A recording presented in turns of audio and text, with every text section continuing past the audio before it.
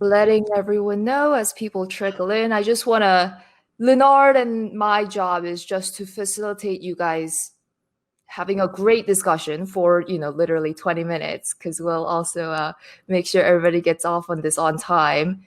But to do that, I want to make sure everybody turns on video and microphone. Exactly. Let's see. We have another person who should be. Someone jumped in and jumped out. We were up to 5. How's it going? Hey, Greg. Good morning, Greg. How are you? Good. All right. I was going to say, Leonard, as I'm sure people will be trickling in, I don't necessarily want to. Yeah, let's just start. And really, this is when you're a growth equity investor. And like Jennifer and I said, we're here more to facilitate. Hopefully, we get a few more attendees. The deals we invest in, usually I think the last 2 funds have been 8 million average at the time of investment in terms of run rate revenue. And so it's right at the time that the founder, or several times we've had multiple founders, recognizing the need to do just that, delegate for scale. And so part of it is, and what we want to get you guys talking about is when did you recognize, because part of the delegating for scale is recognizing you need more people to get you to a bigger outcome. And the other part is really recognizing you need to augment the skills of yourself and or your founding team. And when did that happen, and what sort of got you to that realization? Do you want me to start? Please. All right. So it's funny, it was COVID that sort of threw a lot of things up in the air for me personally. And I think I was actually out with one of my friends who's another CEO yesterday. We did this like 7.5 mile walk, social distance walk. It wasn't actually like, together. Whoa. And how long did that take? It took us about maybe a little less than 2 hours. He's like an ultra marathoner and I'm pretty fit. So like we were just like booking it and doing our thing in Boston. But, what was interesting is that I think 2 things I've recognized happen. One is either people outgrow the company or the company outgrows the people. And we had this really interesting shift where I started to see that we were reaching some of the limits of some of the people in the company. So we actually just hired a COO who just started up, about 12 weeks ago or so. And now we just hired a CRO, at the same time. And this is my 3rd business. And it took me a while to get to that point to understand, like, what does it really mean to delegate? So actually what I was hoping to hear from the group here is, my job almost has become, how do I actually replace myself, and then continue to move on to the next important thing inside of the business. So I'm kind of actually looking for a conversation around that, and just understand how you look at those things and how you see delegation of those previous things that you're in when you're deep inside the business. We're about 150 people now. And yeah, so I'd love to, that's sort of my situation I am right now. Interesting. Everybody has guitars in the background. I know. Yeah, I noticed that as well. You're only allowed in this session if they're the guitars. It's still. Okay, I just bought one for my middle son yesterday. It's Yes. still I'll go get my piano. So I forgot who you were talking about there for a second. Okay, so number 1 requirement for delegating, guitars. But John or Johannes, if you guys want to jump in with any of that, this is supposed to be free-flowing discussion, right? No right or wrong answers.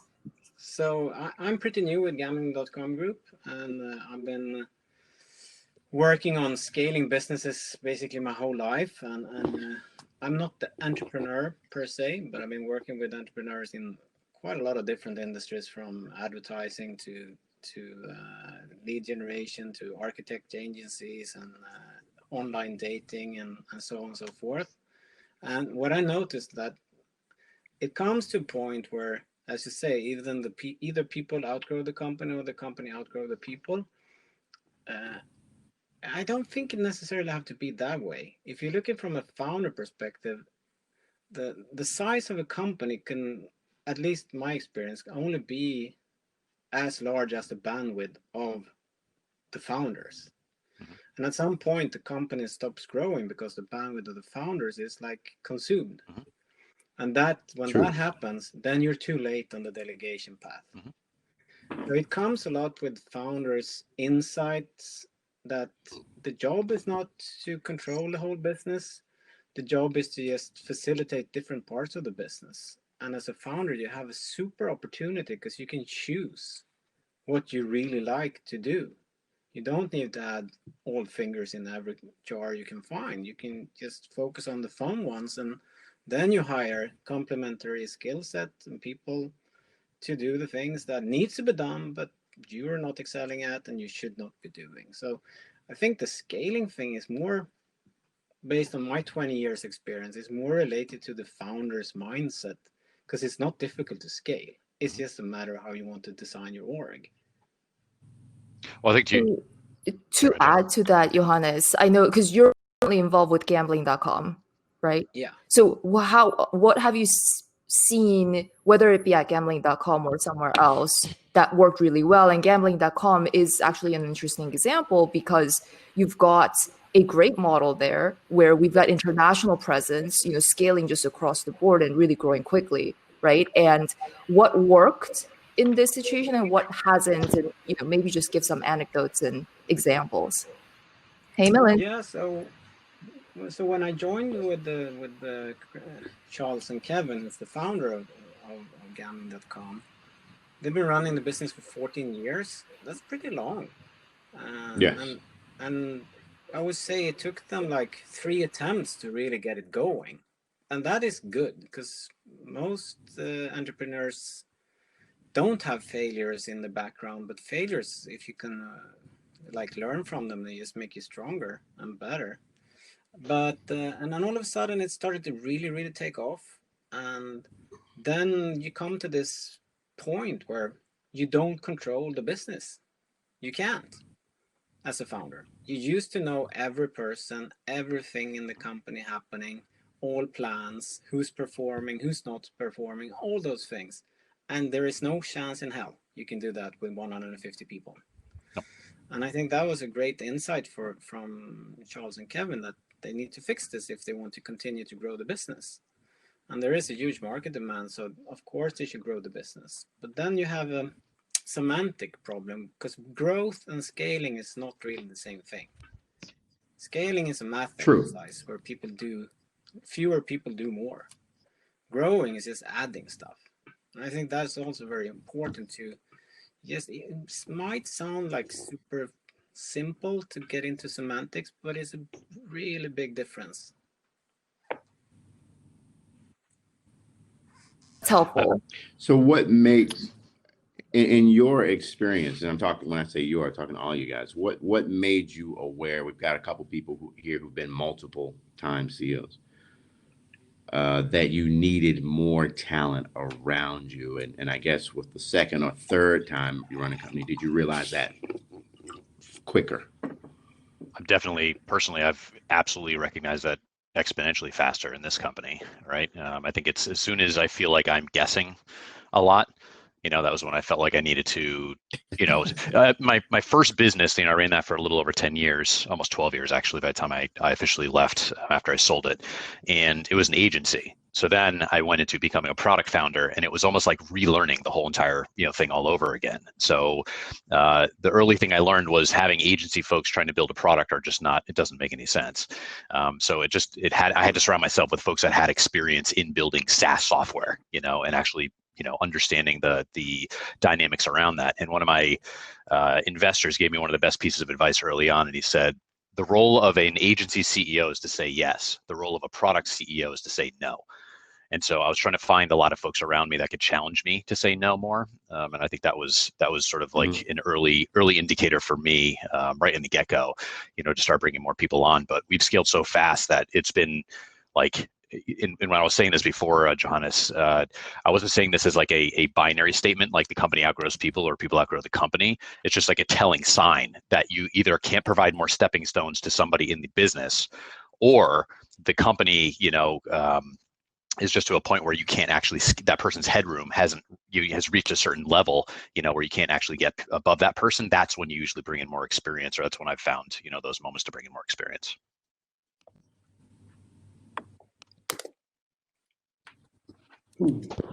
John or Milind, is there anything Right. do you want to add on that front? I mean, my last company, we went from 3 or 4 people to 300 in pretty short order, and it was definitely a problem. Where, back to Greg's point, I think there were periods there where it was growth, not scaling. And the ways, in retrospect, that I began to, if I had to look back at the junctures in that growth trajectory, that we weren't scaling properly because of lack of ability to delegate. The symptoms were execution slowing down because everything had to go through a bottleneck of myself or other founders, and execution becoming less precise. So both speed and quality began to suffer because of lack of either the job outgrew people, and part of that was self-inflicted, where we had loyalty to people who joined early and probably did a great job as individual contributors or small team managers, but didn't have the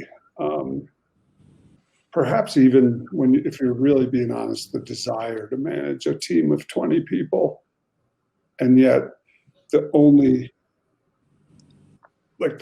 my mind, 7 or 8 years ago, someone's road to promotion was having a team and getting more responsibility from that perspective instead of, yes, the more resources on right, it. and instead of just saying, you know what, you're great, you're a great individual contributor, you can have a higher title and more money, but you're not a people manager, or you have not been trained as such. And now my current situation, I'm coming in as a CEO for a company where I was not the founder. And somehow it's a lot easier then, A, because I've made the mistakes, but B, because you don't have the history. You come in it. Or the emotional Exactly. linkages. It's still, you to the can people. still get pulled into it if you're a decent human, because you find, hey, this is a really nice guy, but it's so much more apparent that they're not going to be able to scale if you can set emotion. And oftentimes we investors are a little too obligatory with the need to upgrade. I mean, we realize these are people, they are historical and emotional ties. And so that's why one of the things that I wanted to sort of press on a bit, I mean, again, Jennifer and I are just trying to facilitate this, is how you come to that realization and then the timing. Because someone said it earlier, in this business at the stages in which Edison invests, faster is most important. And you do want, as Johanna said, the scale, true scale versus growth. And if I may, Milind, anything to add, sir? Welcome. yeah, if I may actually just add and ask a question. I'm just trying to just understand some practical exchanges of how what techniques you guys use. So Leonard, to what you were saying, I think it's can you guys share some tips on how do you, from an upgrade perspective, upgrade effectively? So every time what happens is startups go at a different inflection rate every year and a half, right? So you have teams, whether it's an executive team member or a senior team member you hire, you can't get somebody who's 4 years ahead or 3 years ahead. You can't get somebody who's currently good for the situation. So pragmatically, how do you do it? Because what I'm trying to do here at Yield Street, we actually scaled pretty fast in the last year and a half. And I was trying to upgrade my Series A team to Series B and C. And in order to attract the right talent, practically and pragmatically, it's really challenging. So what are some of the ways that you have identified talent? And then the second part of the question is, I think some of you made this comment that you want to be involved in a lot of decision making. How do you trust a team where you think that you can do a better job? So how do you gonna empower them to kind of step up? And what are some of the techniques you guys are using? That's a really fun question. Could I answer? I don't know if it's the answer. Please. Though, but so my previous, I joined gambling.com. The business I was running, we were 100 when I started and 400 when I left 3 years later, and basically operating all over the world.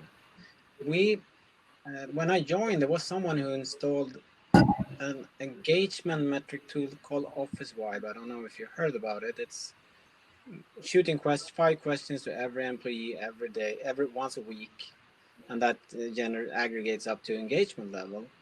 And what I found was that the engagement level in Malta versus Belgrade versus Japan versus US versus London versus Sweden versus France versus Italy had exact 100% correlation to profitability and the quality of the product we produce in those different locations. So when you look at that, the only conclusion you can make is engagement drives profitability. And then the next question is, how do you get engagement? Definitely not by delegation, like do this, do that. It's by operational freedom and transparency. That's how you get engagement. So you actually delegate the ownership. You don't delegate go left, go right. You delegate the ownership. And then when I had that data, I was starting to delegate more and more ownership and be more and more precise in what that meant. And it worked awesome. But what it did, the cost of that delegation was me not being able to control. I had to sacrifice that to get the engagement. And I think that's the biggest learning I had in my whole life, basically. And it was so interesting to see the numbers to match both from revenue, profitability, and engagement. It was super fun.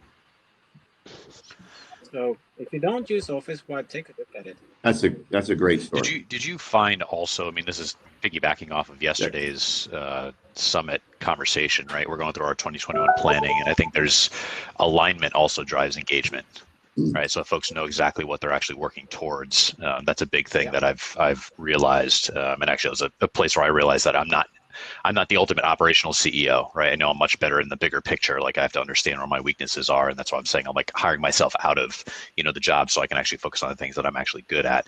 But I'm curious to know how you actually matched the operational planning, and alignment around that engagement as well. Yeah. So the yearly cadence, I'm a big advocate for is that you actually you start your yearly planning with the business owners do their yearly planning first. Management don't do the yearly planning, make a budget and present. So you start in May, June with actually providing pretty rudimentary business planning canvas to your teams and say, hey guys and girls, let's figure out what to do next year. What is the most critical things to do? And how would you actually execute to make those happen? What kind of resources do you need and so on and so forth? And then from a management perspective, you actually get like micro business plans in my previous life then from 10 different locations, 10 different teams with what they want to do. And then when we review that as an executive team, we thought this is off chart, this is really, really good. Oh, we haven't thought about that. Then we came back to the team and said, we're going to focus on these things. And they were super happy with that because they've been in a position where they could provide input. And they also understood why we choose to do X and not to do Y. And that created the alignment and that created the engagement. And that was pretty easy. It was super easy to make a yearly business plan then. Going back to delegation, what are some of the techniques that you guys have used for effective delegation? So I'll share mine. I actually have a running list of 2 tracks. One is manage/lead, which is really my bucket to empower the team. And the other is do. And I obviously consciously try to reduce the do task list to as low as possible.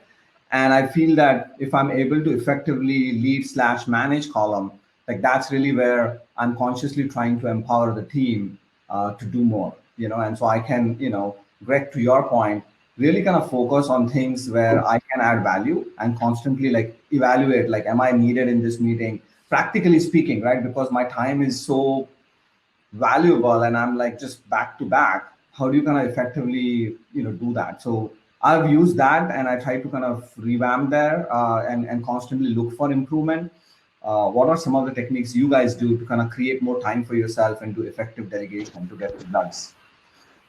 So one of the, oh, sorry, go ahead. No, please, John, go ahead. So 2 things, both kind of indirect answers. First, creating a common language for communication or common framework facilitates communication and thus delegation.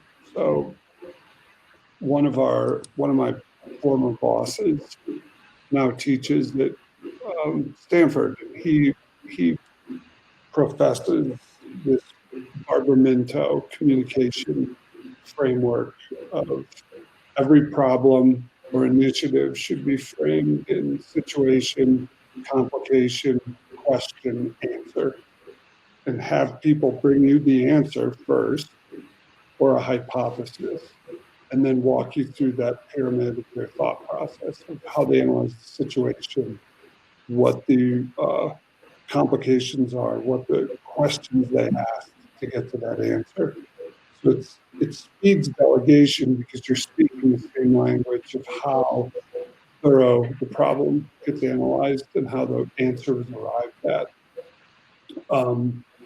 So that's one. If you ever are interested in that, he's got video. His name's Michael Deering at Harrison Metal Capital, and he has some walkthroughs on the Minto communication framework, but it absolutely helped delegation for us.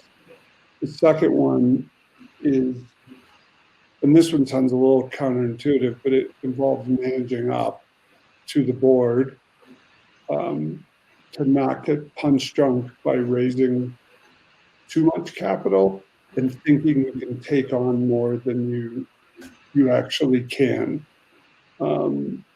We got into a situation where we raised a lot of money and we're like, hey, we can go into Europe. Hey, we can develop private label products. Hey, we can rebuild the whole platform. Hey, we can add 7 new categories. And that's a different form of hubris of founders of this might be too much for other teams, but we're special. And then the delegation, you literally can't hire fast enough and train people fast enough in the culture to take on that much that fast. And so part of it is throttling the complexity and the amount of initiatives in order to protect the people within your org.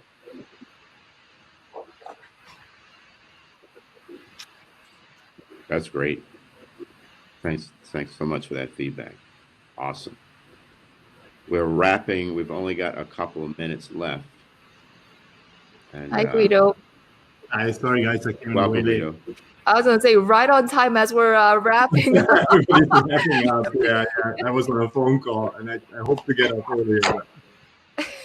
It's not a problem. I think, and honestly, I think everybody can go for another like 30, 40 minutes just talking about this. But John, in case you haven't seen Greg's comment, it would be great to post the name of the framework that you mentioned earlier on the chat for everybody's benefit. I'm typing it now. Yes. Really quickly, and I'm sorry I bounced in here very late. What was the synopsis that you guys came away with? What were the key learning? Do everything yourself. Fair enough. Well, I think Johannes had a great point where, first of all, recognizing growth versus scale, and with scale being adding more people yet becoming more efficient. Mhm. And the second, and no one stated it, but everyone sort of talked around, no one stated explicitly, is once you do decide you need scale, you add effective talent, you got to let them, you can't micromanage. You've got to let them flourish. Create a framework that enables them, the talent to flourish and optimize. Got it. Wisdom. Did I miss anything, Jennifer? I was on mute. No, Guys, thank you so much. It's 8:20. Thanks a lot. Nice meeting you all. It's 8:28. We want to give you 2 minutes to get to the other session. I'm gonna grab a coffee. Thanks so Appreciate much. it. Thanks a lot. Nice meeting you all. Bye. Bye.